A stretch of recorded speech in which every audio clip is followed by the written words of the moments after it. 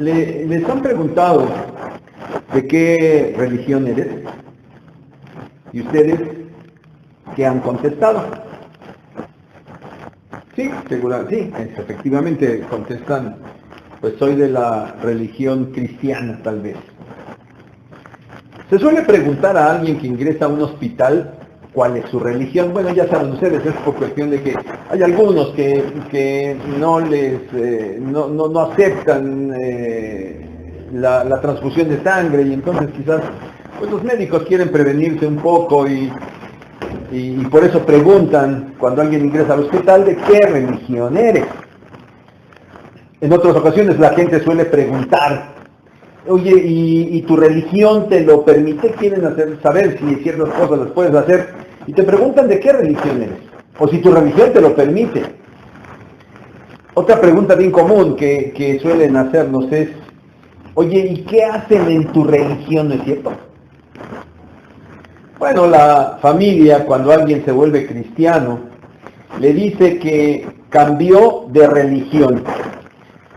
Claro que algunos se los reprochan y a veces se los reclaman fuertemente, airadamente, y el reclamo consiste en que les dicen que no se mantuvieron en la religión que les enseñaron sus padres. De hecho, ustedes lo saben, es un argumento bien común de aquellos que rechazan el mensaje, que no quieren escuchar lo que los cristianos les quieren predicar. Ellos argumentan, ellos dicen que no quieren dejar la religión que les inculcaron sus padres. Cuando la gente escucha que se habla de Dios, se menciona a Dios, se menciona de la Biblia o se habla de la iglesia, piensa inmediatamente que todo eso tiene que ver con religión. Y bueno, cuando se habla de religión, sí hay algunos que no lo toleran, algunos manifiestan un total repudio con todo lo que tenga que ver con esto. En muchos centros de trabajo, el reglamento interno prohíbe hablar de religión. Pero también por otro lado hay quienes quieren ir muy a la moda, diríamos, y quieren ser tolerantes, y entonces expresan que ellos respetan pues todas las religiones. Otros dicen, erróneamente, ustedes saben, declaran esta falsedad, que todas las religiones llevan a Dios. Eso dicen otros.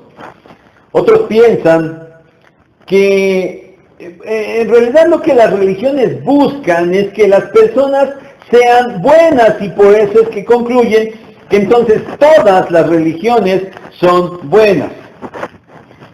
Bueno, con todo esto que hemos dicho, cuando alguien manifiesta que es cristiano, entonces las personas piensan que eso significa ser seguidor de una religión. Ante esta amplia gama de pensamientos, muchos cristianos suelen decir que el cristianismo no es una religión, que es un estilo de vida. Bueno, saben, yo me pregunto sinceramente, ¿qué significa eso exactamente? Cuando escuche a algunos de ustedes, hermanos, decir, es que el cristianismo es un estilo de vida, les voy a preguntar, bueno, exactamente eso qué quiere decir. Y yo quisiera entenderlo porque también los veganos, los budistas o los que hacen yoga, entre muchos otros, dicen que su práctica, lo que ellos hacen es un estilo de vida. Y si esto es así, entonces finalmente terminamos igualando el cristianismo, sí, no con otras religiones, pero sí con otras formas de vivir la vida. Quedamos en la misma tal vez. Bien, hermanos, con lo dicho hasta aquí, yo quiero que empecemos a meditar y quiero que empiecen a recapacitar y a considerar que hablar de cristianismo es hablar de vivir en el Evangelio. Hablar de cristianismo es hablar de vivir en el Evangelio. Y entonces yo pregunto, ¿los cristianos entendemos bien qué significa vivir en el Evangelio? Hermanos, ¿ustedes lo entienden bien? Evangelio contra religión. Ese es el título de la predicación de hoy. Y bueno, este es el tema, porque hermanos, de verdad tenemos una gran preocupación, que muchos confundan el Evangelio con la religión. Y la preocupación es porque muchos crean estar bien con Dios por el hecho de seguir una religión. El problema es que quienes así piensan están en un grave error. Porque si es así, entonces en realidad nunca han entendido lo que es el Evangelio. Y tal vez la realidad es que nunca hayan experimentado el Evangelio como poder de Dios para salvación. Por todo esto, hermanos, mis hermanos, mi objetivo el día de hoy es clarificar la diferencia entre religión y evangelio y hacer conciencia en quienes sea necesario que quizás hasta ahora han vivido bajo una religión, pero no bajo una verdadera relación con Cristo. ¿Saben? Sí, de alguna manera la de hoy es para algunos una predicación evangelística. Así para algunos de los que aquí se congregan, la de hoy es una predicación evangelística, y para otros es una predicación muy reflexiva en cuanto a cómo están actuando. Y bueno, siendo así, pues les digo de una vez que al final de la predicación habrá una invitación. Vamos a ver tres cosas. Y la primera de ellas es ¿de qué se trata la religión? ¿De qué se trata la religión?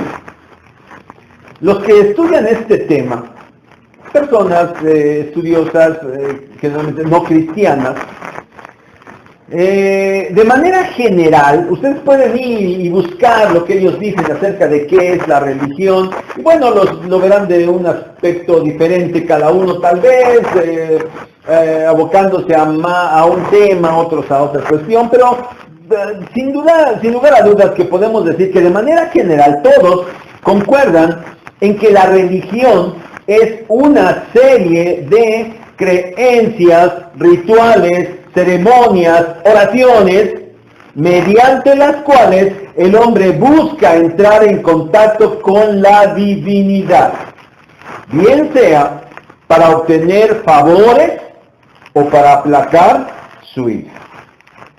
Es decir, la religión, no se olviden de esto, la religión es el esfuerzo del hombre por entrar en contacto con Dios mediante la realización de actos ceremoniales. Curiosamente, la Biblia solo utiliza la palabra religión en 4 ocasiones. 2 en el libro de Hechos, 2 en la carta de Santiago. Allá en Hechos, en el capítulo 25, verso 19, y después en el 26:5. Santiago, en el capítulo 1, pegaditos en los versos 26 y en el verso 27. Y saben, son 2 las palabras que se utilizan en el idioma griego en estos versículos para traducir religión. Una de estas 2 palabras solo aparece allá en Hechos 25:19. Y en este versículo tiene una connotación despectiva, tratando la religión como una superstición. Bueno, hoy día siguen muchos creyendo este asunto, ¿verdad? Toda la religión es supersticiosa. La otra palabra griega, se usa en las otras 3 citas que ya les mencioné. Y en estas, el sentido es el aspecto externo del culto religioso, es decir, el servicio ceremonial. Dice un excelente comentarista bíblico, Douglas J. Moo, en su comentario sobre la carta a Santiago, en estos versículos que les mencioné, él dice que las palabras religioso y religión hacen referencia a la adoración en general y con frecuencia a lo externo, a la práctica de ceremonias en honor de un Dios. ¿Se dan cuenta? El sentido bíblico sí tiene mucho que ver con ese sentido que dijimos anteriormente. Entonces, ¿qué significa ser de la religión cristiana? Bueno, sería asistir regularmente a una iglesia cristiana. Asistir los domingos a los cultos, cantar, escuchar la predicación, ofrendar, asistir a reuniones con otros cristianos, y todo esto para estar bien con Dios y esperar como retribución sus bendiciones. Eso sería ser de la religión cristiana. Y hermanos, esto lo hemos podido comprobar a lo largo de los años en nuestra iglesia. No saben los diferentes casos en los que hemos comprobado esto. La gente viene y espera algo.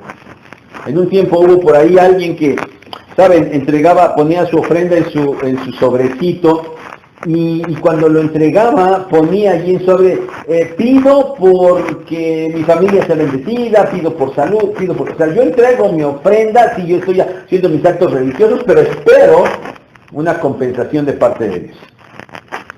Y esto pasa. Y esto ha pasado mucho en nuestra iglesia. ¿Saben? La gente viene esperando esta situación. Bueno, les hablan de Dios, alguien que es cristiano, a lo mejor algunos de ustedes mismos, ¿verdad?, tienen algún problema y les dicen, pues acércate a Dios. Bueno, entonces la gente piensa, sí, bueno, si fue un cristiano el que me dijo esto, bueno, pues entonces voy a ir a una iglesia cristiana. Y bueno, vienen y empiezan a ver y de qué se trata, qué hay que hacer. Bueno, algunos, después de algún intento, algún tiempo, pues la verdad es que no encuentran, no hallan lo que andan buscando, y bueno, pues finalmente, pues se va. Hay otros que a lo mejor sí vienen y están aquí, están un tiempo, y de alguna manera sí gozan de las bendiciones de Dios a través de la iglesia, y se empiezan a sentir mejor y empiezan a cambiar un poco sus vidas, a resolver sus problemas de alguna manera, pero bueno, cuando ellos ya lo han logrado, ya encontraron lo que buscaban, se sienten bien, pues también terminan yéndose. Muchos han pasado y ya no están aquí. Pero otros, y son los que ahora nos preocupan, son aquellos que, sea por pocos años o por muchos años, aún permanecen en esta congregación, pero solo como seguidores de una religión. Ellos son los que nos preocupan en este día. Creen que están bien con Dios, piensan que con sus actos ceremoniales cumplen con Dios y obviamente esperan la bendición de Dios. En eso consiste la religión. Pero veamos el segundo aspecto, el segundo punto. ¿De qué se trata el Evangelio? Les dije hace 2 semanas que recordáramos que el Evangelio son, sí, las buenas nuevas de salvación por la muerte y resurrección del Señor Jesucristo. Y eso todos lo tenemos en mente, tal vez nos queda claro, pero les dije que tendríamos que ir un poco más allá, y que el Evangelio implica invariablemente el reconocimiento del señorío del Señor Jesucristo y por lo tanto la necesaria sumisión a su persona y la obediencia a sus mandatos. El Evangelio es poder de Dios para salvación, de tal manera que hace una obra completa. en un momento pasado, rescata al hombre de las garras del maligno, de las garras del pecado, de la muerte. Pero después lo mantiene, el Evangelio lo mantiene en esa salvación, en su peregrinar por este mundo. Y finalmente lo conduce a la culminación de su salvación cuando llega así a la presencia de Dios allá en el cielo. Ahora, ¿qué diferencia hay con la religión? Bueno, por lo pronto, déjenme mencionarles solo dos cosas, nada más dos cosas, pero muy importantes. Primera, acuérdense que les dije, se los enfaticé, la religión es el esfuerzo del hombre por encontrarse con Dios. En contraste, el Evangelio es la iniciativa de Dios para encontrar y salvar al hombre. Una enorme diferencia. Pero una segunda gran diferencia entre Evangelio y religión es que la religión, dijimos, son actos externos. Y bueno, entonces son cosas que se pueden ver. El asistir, el cantar, ya dijimos, el ofrendar, el conversar, todas esas cosas se pueden ver, pero no necesariamente son evidencia de un verdadero cambio de vida. Es lo externo sin que necesariamente tenga que ver con lo interno. En contraste, aquel que verdaderamente ha sido salvo por el mensaje del Evangelio, aquel que verdaderamente vive en el Evangelio, da evidencia de salvación en su vida. La religión solo son actos externos que no necesariamente implican cambios internos. El Evangelio, en contraste, produce primero cambios internos y que ahora se manifiestan, que se notan en las acciones externas. Bueno, saben, hasta aquí hemos dicho algo de lo que es el Evangelio y lo que el Evangelio debe producir, y si soy muy estricto, debo decir que hasta ahora solo he transmitido conceptos. ¿Saben? Pero son conceptos que los que solo siguen una religión se aprenden bien, eso lo saben. Y lo repiten. Y saben, hasta luego los tenemos allá en los salones, explicándolo, enseñándolo. Lo aprenden bien y lo repiten y lo enseñan. Pero entonces, ¿cuál sería la diferencia central entre religión y evangelio? Veamos primera de Juan, capítulo 1, versículos 1 al 4, lectura que ya hicimos.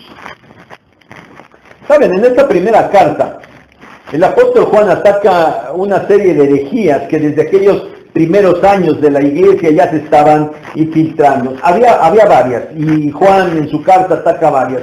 Quiero solamente mencionar una de ellas. Una de ellas decía que Jesús en realidad no había tenido un cuerpo real. Que lo que los apóstoles habían visto, y no solamente los apóstoles, sino las personas que vivieron en ese tiempo, lo que ellos vieron fue una mera apariencia. Bueno, hoy quizás para nosotros pudiera ser más fácil decir fue algo virtual, un holograma. Bueno, Juan no lo escribió así porque la gente de aquel tiempo no lo hubiera entendido, pero nosotros sí. Pero ellos decían esto, aquí había una herejía que decía que Jesús no había tenido un cuerpo, que había sido una mera apariencia. Ahora, ellos creían esto porque decían que el Verbo de Dios, siendo santo, siendo divino, no podía tomar un cuerpo de carne, porque ellos decían que el cuerpo era malo, era pecaminoso, y entonces, pues, lo santo no podía reunirse con lo pecaminoso. Por eso decían, solo era una una mera apariencia. Bueno, Juan ataca estos pensamientos erróneos a través de toda la carta. Pero saben, dicen los expertos, que en estos primeros versículos Juan trata de resumir todo el contenido de lo que va a desarrollar a lo largo de la carta y lo quiere hacer, quiere desplegar tanto con tan pocas frases que la gramática del griego resulta ser difícil en estos versículos. Saben, yo no pretendo en esta mañana agotar todo lo que Juan dice en estos versículos acerca de aquellas herejías. Yo lo que quiero llamar su atención en esta ocasión es sobre lo que encuentro en relación a cómo se vive el Evangelio. ¿Qué significa el Evangelio? ¿En qué se basa el Evangelio? Y vamos a verlo. Versículo 1.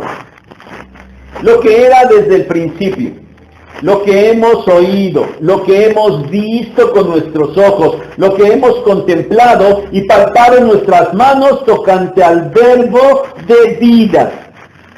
Lo que era desde el principio. ¿Cuánta similitud entre la primera carta de Juan, en este capítulo 1, con el Evangelio del mismo apóstol? Lo que era desde el principio, igual que Juan 1:1. En el principio era el verbo, y el verbo estaba con Dios, y el verbo era Dios. Está hablando, aunque Juan aquí está hablando de lo que era, en un sentido neutro tal vez, pero sabemos que efectivamente Juan se está refiriendo a alguien desde el principio. Está hablando de alguien, aquel que existía desde la eternidad. Ahora Juan dice algo interesante enseguida. Lo hemos oído, lo hemos visto, lo hemos contemplado, lo hemos tocado.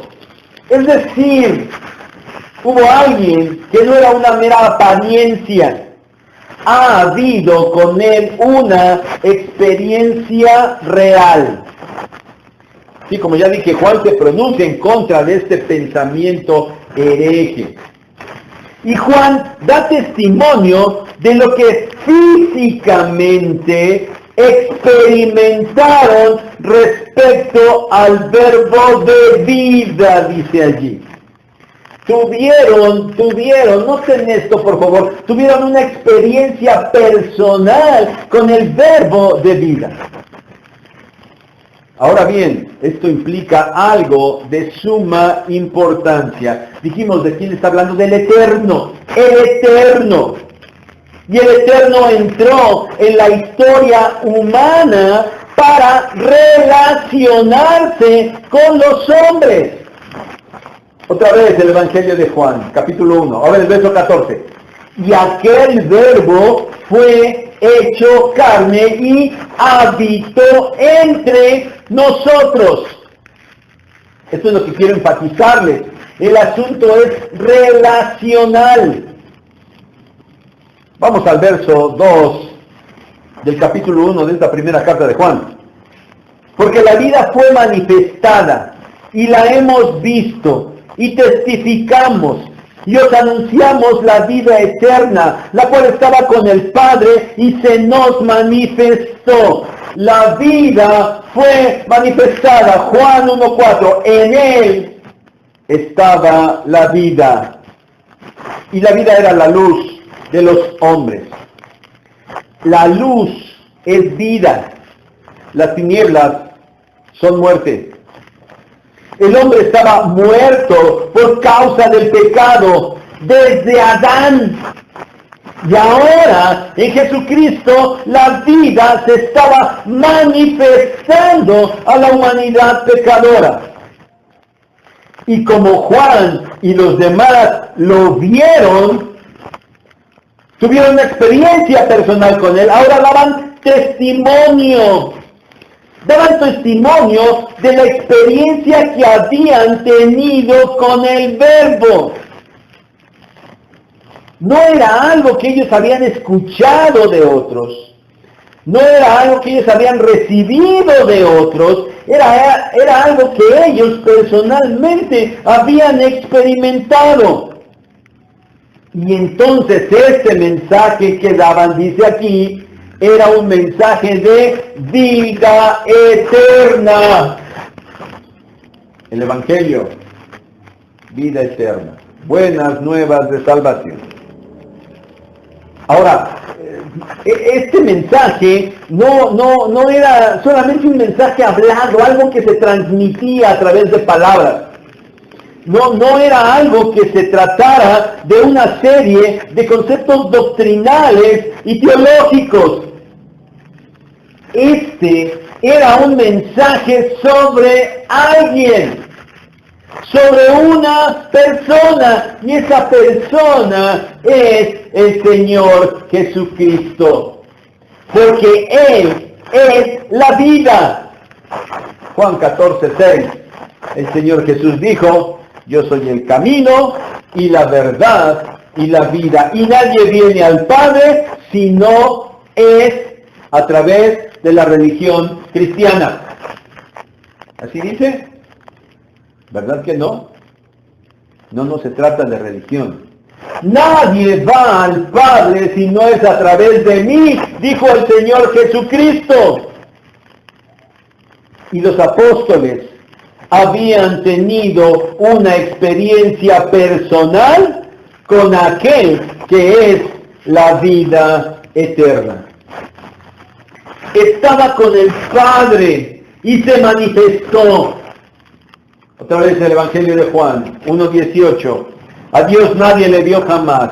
El unigénito Hijo que está en el seno del Padre, Él le ha dado a conocer. Otra vez, el Verbo, el Hijo, Jesucristo vino y se relacionó con la humanidad. Se hizo hombre para poder salvar a los hombres. Oh, recordemos ese enorme pasaje, ese hermoso, grandioso, hermoso pasaje de Filipenses 2, del 5 al 11, hablando del Señor Jesucristo. Dice que no estimó el ser igual a Dios como algo a que se aferrara, sino que se despojó a sí mismo y tomó forma de siervo, y estando en la condición de hombre, dice, se humilló a sí mismo, haciéndose obediente hasta la muerte y muerte de cruz. Vino el Verbo, se relacionó con la humanidad, se hizo igual que la humanidad y murió en la cruz para poder salvar a la humanidad. Versículo 3 de Primera de Juan 1. Lo que hemos visto y oído, eso os anunciamos, para que también vosotros tengáis comunión con nosotros, y nuestra comunión verdaderamente es con el Padre y con su Hijo Jesucristo. Notemos la repetición de Juan que enfatiza su propósito. Lo que hemos visto y oído, dice Juan. El mensaje apostólico del Evangelio, esa comunicación de vida eterna, se basaba en su propia experiencia. Y esa transmisión del mensaje era para que aquellos que creyeran tuvieran también una comunión con estos que eran los testigos. Pero también, y sobre todo, notemos, para que tuvieran comunión con el Padre y con su Hijo Jesucristo.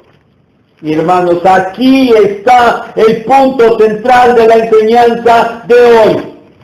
El Evangelio es verdadera comunión con el Padre y el Hijo.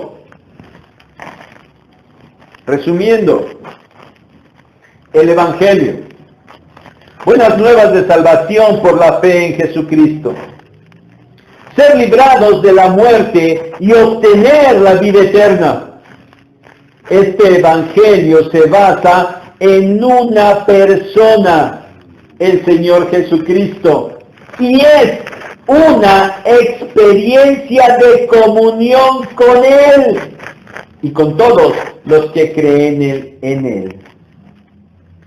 El Evangelio entonces se trata de vivir en comunión con el Señor Jesucristo. No son actos externos, no es religión, es relación y comunión con Cristo. Eso es el Evangelio. De esta manera empieza Juan su primera carta y a lo largo de toda ella va a estar hablando de las evidencias que debe manifestar aquel que verdaderamente está en comunión con Cristo. Es decir, aquel que verdaderamente está en el Evangelio. Bueno, una de estas cosas la encontramos allá en el capítulo 2, verso 6. El que dice que permanece en Él, es decir, el que está en comunión con Cristo, debe andar, debe vivir como Él anduvo. El que dice que permanece en Él, debe andar como Él anduvo. Y repito lo de hace rato. El que vive en el Evangelio da evidencia visible de esto. No se trata de hacer algo. Ni siquiera, ¿saben? Ni siquiera se trata de estar hablando de Cristo. Se trata de manifestar a Cristo, de vivir a Cristo como un resultado de estar en comunión con Él. De eso se trata el Evangelio. Bien, una vez que hemos explicado lo que es la religión y lo que es el Evangelio, pasemos al punto 3. ¿Qué es lo que tú estás haciendo? ¿Tú qué estás haciendo? ¿Vives el Evangelio en comunión con Cristo? ¿O solo estás siguiendo una religión? Bien, tú estás aquí, hoy estás aquí, en este momento estás aquí. Vienes regularmente cada domingo. Pero ¿qué es lo que te mueve para hacerlo? Quien solo sigue una religión, pues viene porque pues sabe que debe hacerlo. Si parte de la religión es ir a los cultos del día domingo, pues sabe que tiene que hacerlo. Eso ha aprendido. Pero también ha aprendido que viene aquí porque pues tiene que venir a alabar a Dios. Y viene y alaba a Dios porque reconoce que de Dios ha recibido las bendiciones que tiene. Bueno, eso lo hacen todos. Eso lo hacen todas las religiones. Todos van a sus dioses, a sus ídolos, a sus imágenes, a sus santos, a sus vírgenes y les dan las gracias por lo que han recibido.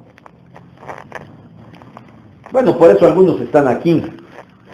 Otros están aquí porque los traen.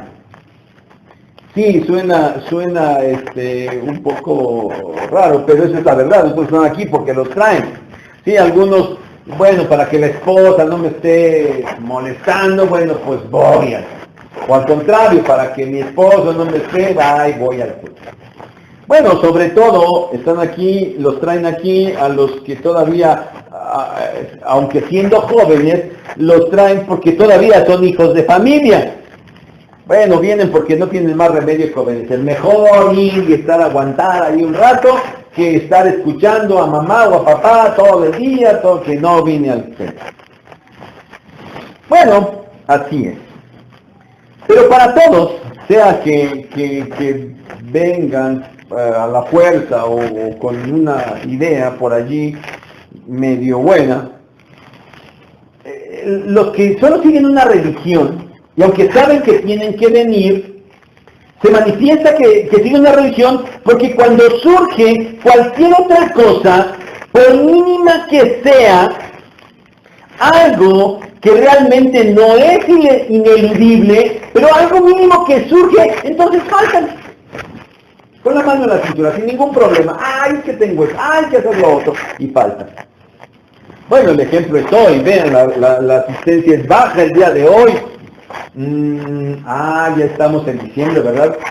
La Navidad. Hay muchos compromisos. Hay que atender esto, hay que atender aquello, hay que hacer esto, hay que hacer aquello. Bueno, pues como ya estamos en estas cosas, bueno, no importa.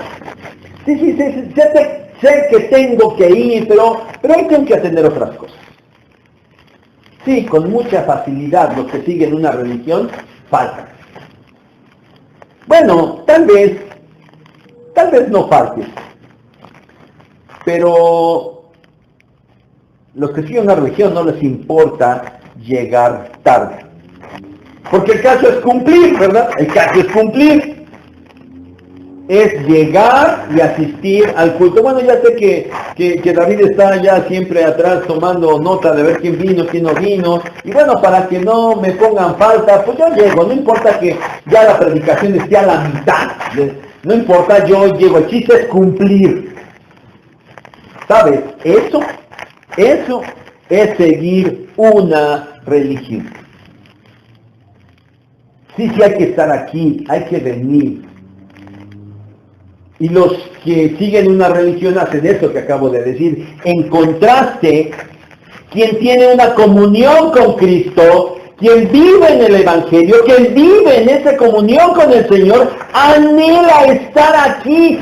Sí, hay que venir a alabar al Señor. Y lo hace no por cumplir, lo hace porque en verdad anhela venir a alabar al Señor. Y se esfuerza en llegar temprano, porque reconoce que aquí tiene una cita con Dios. Y no puede dejarlo esperando. Quien sigue una religión piensa que con asistir los domingos al templo ha cumplido con Dios, ya cumplió. Pero durante la semana se comporta como cualquier otra persona inconversa. No importa, no hay diferencia. De hecho, durante la semana no se distingue de los demás. Es igual, habla igual, se comporta igual, piensa igual. Bueno, la única diferencia con los demás es que asiste el domingo a una iglesia cristiana.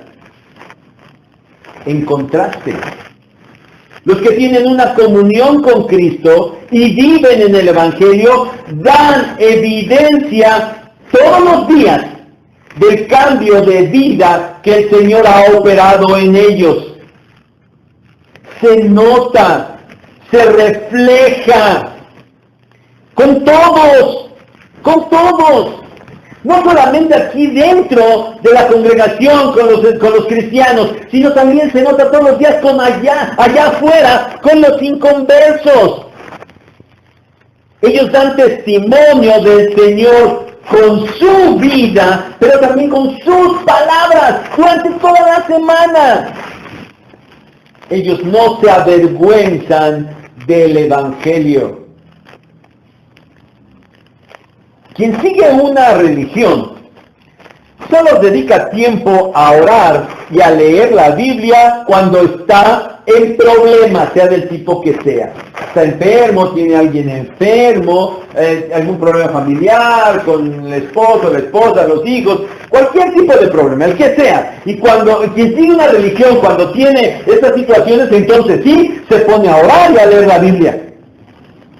Piensa que la lectura y la oración son fetiches. ¿Qué es un fetiche? Bueno, los fetiches son cosas o acciones a las que se les otorga cierto poder ahí sobrenatural. Y entonces piensan que al hacer esto van a obtener, como dijimos hace rato, la religión hace estas cuestiones, estos actos externos para obtener el favor de Dios. Entonces, quien sigue una religión, cuando tiene problemas, ora y lee la Biblia porque espera obtener la ayuda de Dios. Bueno, algunos van un poco más allá y hacen esto de cuando en cuando, pero solo porque han aprendido que lo deben hacer. Sin embargo, la verdad es que no hay mucho deseo por hacerlo. Ay, sí, bueno, soy cristiano, tengo que leer la Biblia, tengo que orar y bueno, y ahorita, lo voy a hacer, pero ay, bueno, lo hago. Es una carga tremenda. Lo hacen porque solo se trata de cumplir con las obligaciones de ser cristiano. En contraste, los que viven en comunión con Cristo, los que viven el Evangelio, anhelan con vehemencia mantener esa comunión con el Señor. Lo anhelan. Y por eso oran todos los días, porque quieren estar en comunión permanente con el Señor. Y buscan su voluntad a través de la lectura de la Biblia, del estudio de la palabra. ¿Por qué? Porque quieren agradarlo a Él, quieren hacer lo que Él quiere que hagan. Y por eso con avidez también estudian la Biblia. Quien sigue una religión pone en duda lo que la Biblia dice y lo manifiesta desobedeciendo descaradamente los mandamientos del Señor que están establecidos allí en la Biblia. Y bueno, podríamos poner muchos ejemplos, pero bueno, los que solo siguen la religión, sí lo leen, sí lo saben, sí lo entienden, sí lo escuchan, pero lo ponen en duda. E inclusive buscan argumentos para justificar su desobediencia. Aunque la verdad es que esos argumentos solo alcanzan justificación para con ellos mismos. Quien sigue una religión dice que es salvo porque un día hizo una oración, un día levantó la mano en un culto, inclusive ya hasta se bautizó. Pero ¿saben? No ha avanzado nada en su vida espiritual. Parece como que sí, cumplió con lo que se decía, sí aprendía que aceptar a Cristo, entonces tengo que levantar la mano, tengo que orar, tengo que bautizarme, pero parece que se quedó allí en la línea de salida y no ha avanzado absolutamente nada. En contraste, los que viven en una comunión con Cristo lo aman, llegan a amar al Señor y manifiestan ese amor en obediencia. El Señor dijo, si me amáis, obedezcan mis mandamientos. Y el que en verdad está en comunión con el Señor, el que en verdad vive el Evangelio, obedece al Señor, no por obligación, no a fuerzas, no porque no le queda otra, no como una pesada carga. Él obedece por amor. Se somete a su señorío y demuestra cada día la evidencia visible de su salvación. Y su crecimiento espiritual es notorio para todos, creyentes e inconversos. Los hermanos, wow, cómo va el hermano, mira nada más qué poco tiempo tienen el Evangelio, mira la evidencia de su crecimiento. Los de allá afuera dicen, oye, ¿qué le pasó? Ya no es como antes, oye, ya es bien diferente, y mira, el crecimiento es evidente para todos. ¿Sabes? El Evangelio no se trata de obtener en un momento dado la salvación y luego guardarla por allí. Sí, tenerla muy bien guardada. Sí, ya obtuve la salvación, ya la tengo, pero por aquí la guardo, aquí la tengo ahí. Que es más que ni se note. Pero la tengo ahí para utilizarla cuando me muera. Sí, cuando me muera entonces sí saco mi salvación y digo, Señor, aquí está su salva. No. No, el Evangelio no se trata de eso.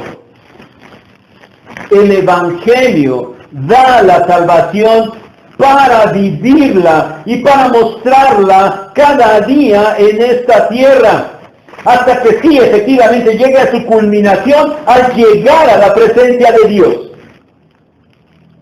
Si alguien cree que puede obtener la salvación por meros actos religiosos y luego seguir viviendo su vida como se le antoje, está equivocado. En realidad no tiene ninguna salvación. El Evangelio no ha actuado poderosamente en él para salvación. Y ahora quiero decir un par de cosas más. Cuidado con los de cuna cristiana. Bueno, ya sabemos, ¿verdad?, qué significa esa expresión. No significa que en realidad haya cunas cristianas y cuyas no cristianas, porque si así fuera, bueno, las bancas en las que estamos aquí sentados el día de hoy, pues deberían ser bancas cristianas y debería haber también bancas no cristianas. Bueno, no, sí entendemos, ¿verdad? Los de cuna cristiana, es decir, los que nacieron en una familia donde sus padres ya eran cristianos. Bueno, ustedes, los de cuna cristiana, cuidado, porque corren el peligro de solo ser cristianos culturales. En nuestro país,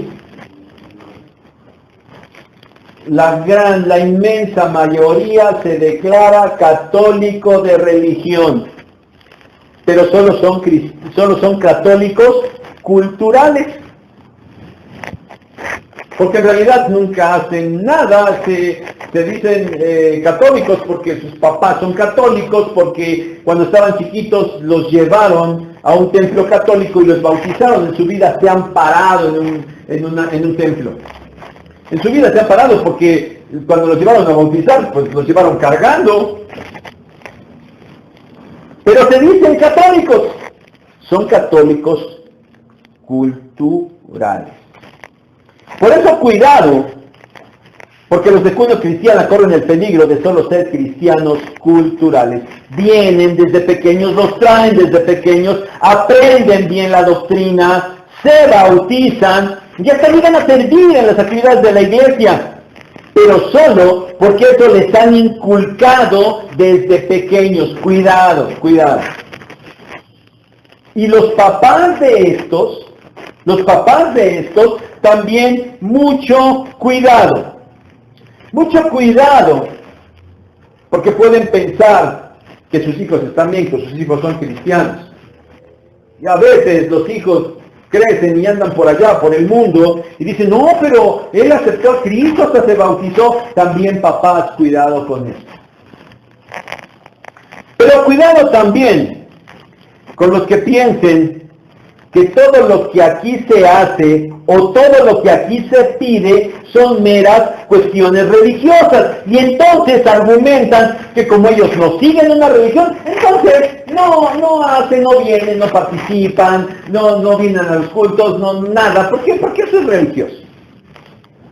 Cuidado, porque quien piense esto y argumente esto también está equivocado, porque es cierto. La religión tiene que ver con las cuestiones externas que se hacen para Dios. Pero ¿saben? Eso a lo que llaman religioso sí lo tienen que hacer.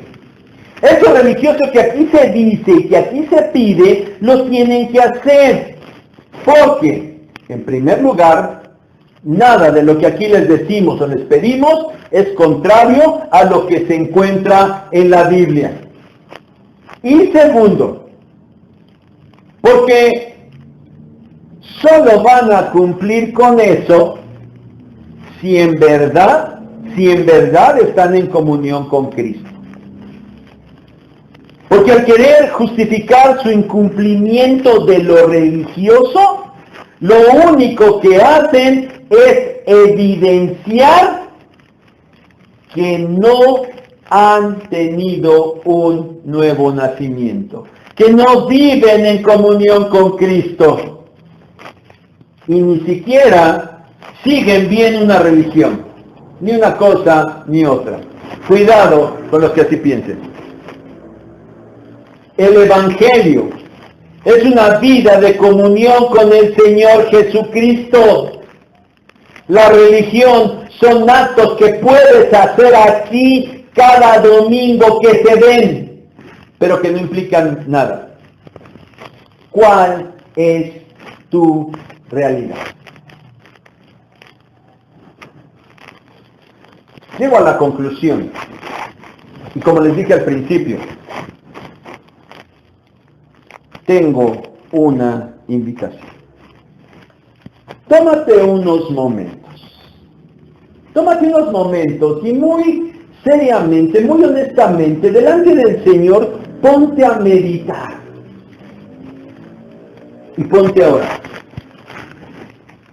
Quizás hasta este momento solo hayas seguido una religión. Aquí has estado, has aprendido y haces lo que se pide, pero nunca has nacido de nuevo. Y por ello no tienes una verdadera comunión con el Padre y con el Hijo. Si ese es tu caso, bueno, entrega en este momento tu vida al Señor realmente y empieza a vivir en comunión con Él y en obediencia a Él. Sí, hay que venir, hay que alabar, hay que cantar, hay que ofrendar, hay que hacer todo eso, pero empieza a hacerlo porque ahora vas a tener una nueva y verdadera relación con Él. El otro aspecto de la invitación es para ti, que tal vez sí naciste de nuevo. Tal vez ya entendiste, tuviste cargas por tu pecado, te arrepentiste, le pediste perdón al Señor, le pediste que viniera a tu vida.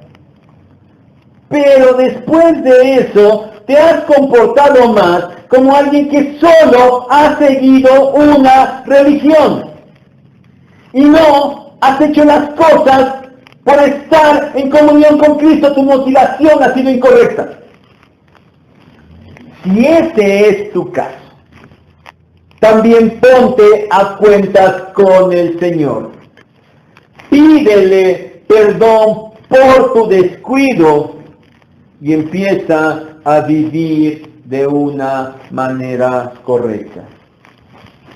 Sea cual sea tu situación, hoy es el día, ese es el momento para que puedas corregir lo que tengas que arreglar.